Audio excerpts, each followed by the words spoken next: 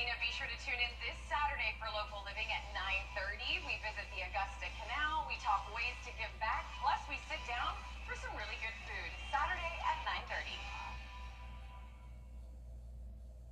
The Live 5 for 6 Skyview Network, sponsored by Terry Lambert Hyundai. Definitely a much drier day for us here in the CSRA, but we still have some isolated showers, and of course we are also still dealing with some severe flooding in some of our rivers here in the CSRA. I'll break down all the details coming up. Right now on News Channel 6 at 6, a code red in Bamberg County. Why emergency management is warning people along the Edisto River. As your News at 6 starts now. Live from Television Park, this is WJBF News Channel 6 at 6.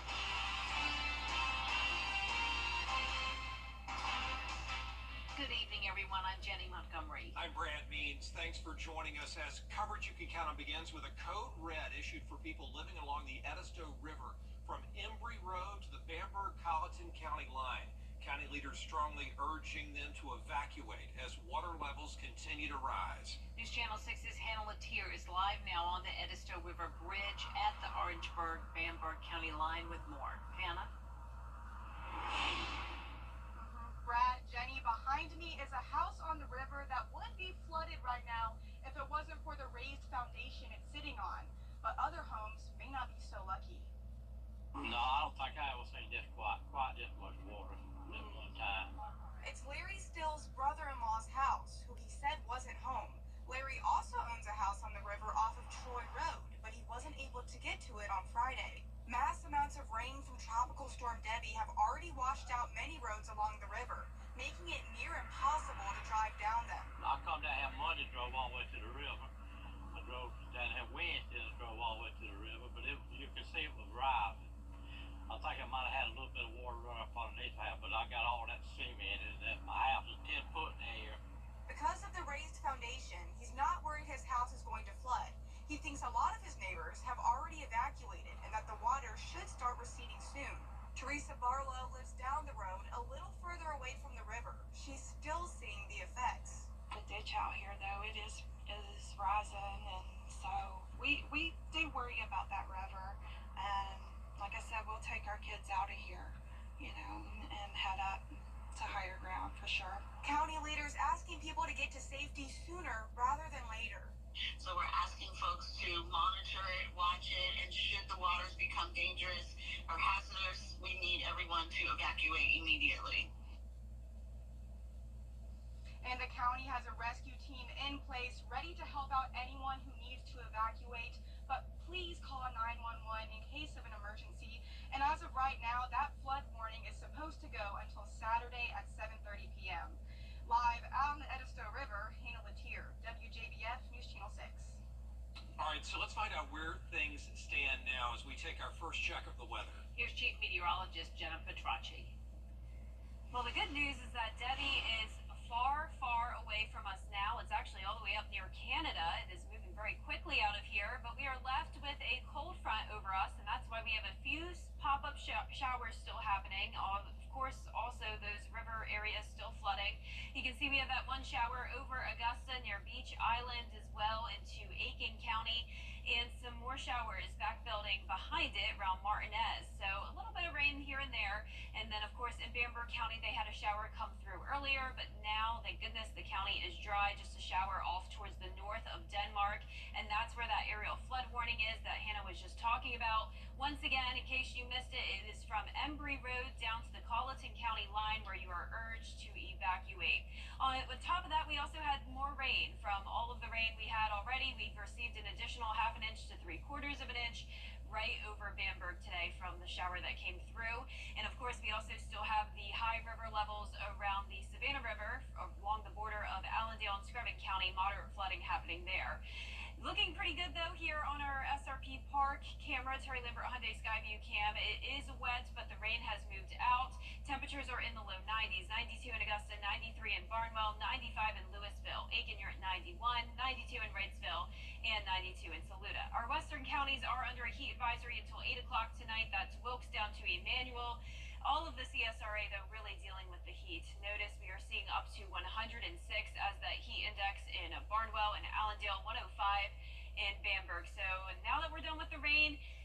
feeling like summertime again with the heat and humidity lasting through the weekend. But next week, we'll get a little bit of heat relief. I'll break down all those details coming up, but back to you. All right, Jenna, thanks. And dozens of American Red Cross volunteers are responding in the aftermath of Tropical Storm Debbie, trying to help out folks coming from Texas, Mississippi, Massachusetts, Oklahoma, and Arizona, all ending up right there at the Augusta Red Cross headquarters, where they loaded up those vehicles and got a bunch of supplies that were staged out at the Augusta Exchange Club fairgrounds, and off they went to provide some much needed relief. We are going to be moving the headquarters for our Georgia operation down to Savannah, Georgia, so we can be closer to the majority of the shelters that are opened up.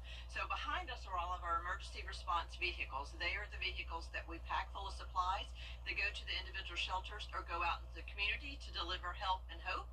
And we were on call since Sunday night, and we drove 17 hours to get here from Oklahoma, and we're just waiting to be deployed to send out to with all the food and the goodies that we have. What dedication by those volunteers. Safe travels to them as they deliver all of those supplies.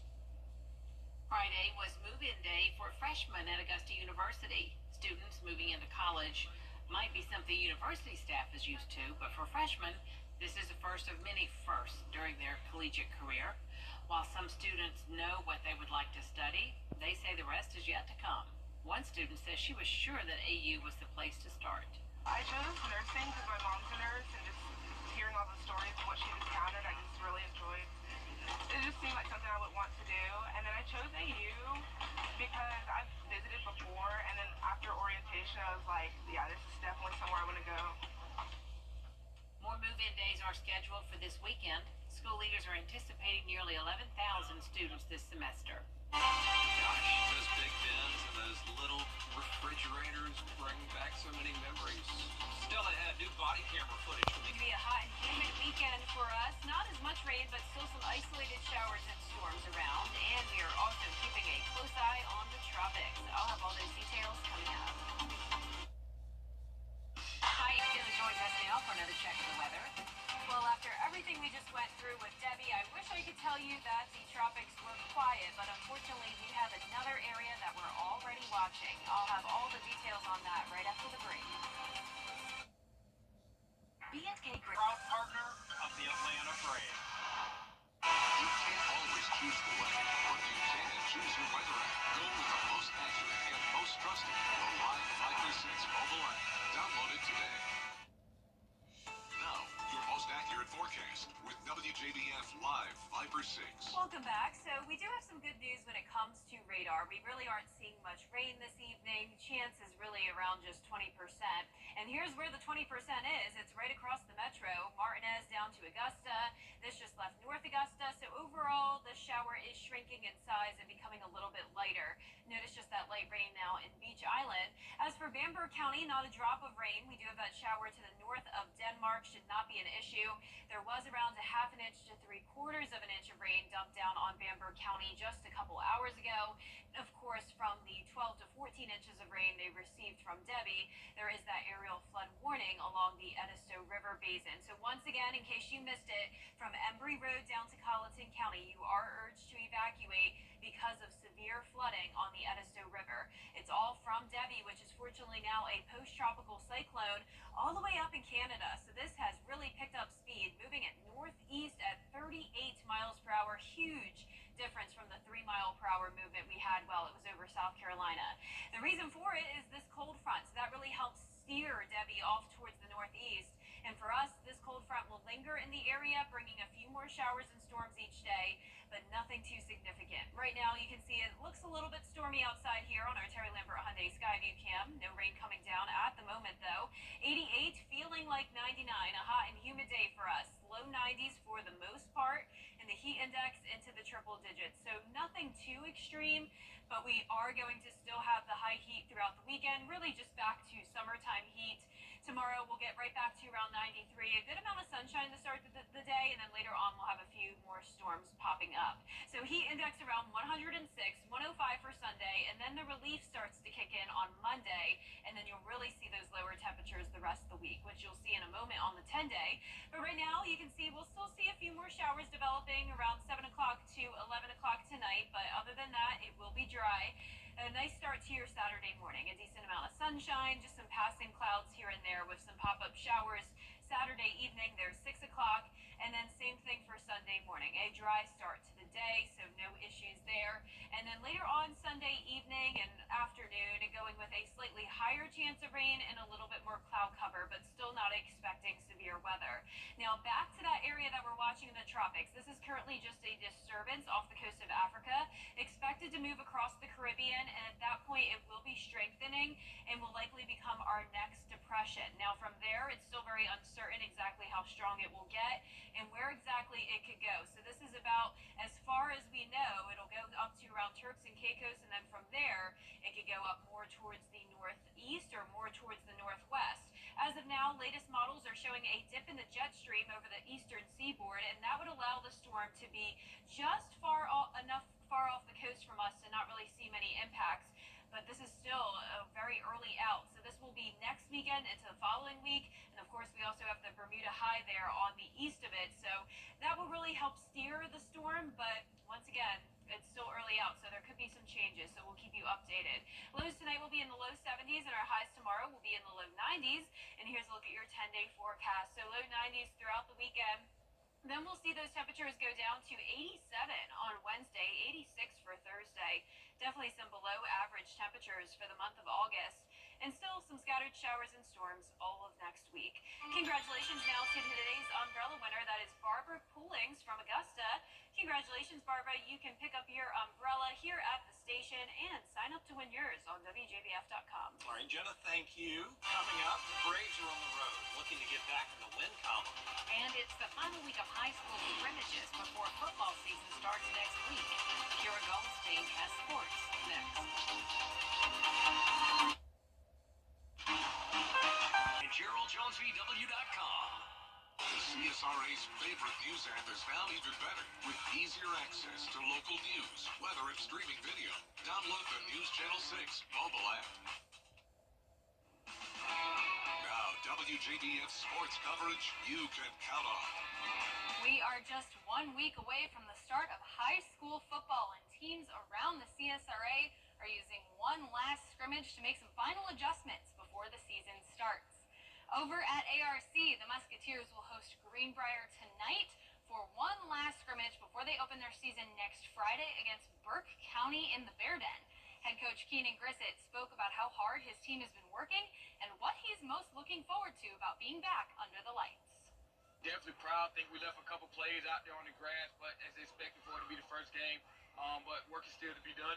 I'm a guy never really satisfied, they'll tell you that. But it's a work in progress, so we process over product for sure. No better time of the year than right now. Friday night football, baby. Absolutely. The Musketeers and the Wolfpack face off for the final scrimmage before season. That game starts tonight at 7:30 p.m. at ARC. And speaking of the return of high school football in the CSRA, join us tonight on WJBF as the excitement begins with our Football Friday Night Preview Special. We'll also get set for another exciting season of Game Night Live and unveil the head coaches for both Team Georgia and Team South Carolina for Border Bowl 12, our annual high school football all-star game. That all starts tonight at 11:35 p.m. right here on News Channel 6. Over in the MLB, it's been a very rough season for the Braves. They lost their Cy Young Award favorite to elbow surgery after 2 starts. They lost their reigning NLVP to knee surgery, lost their starting catcher, their center fielder, and second baseman for about 2 months apiece.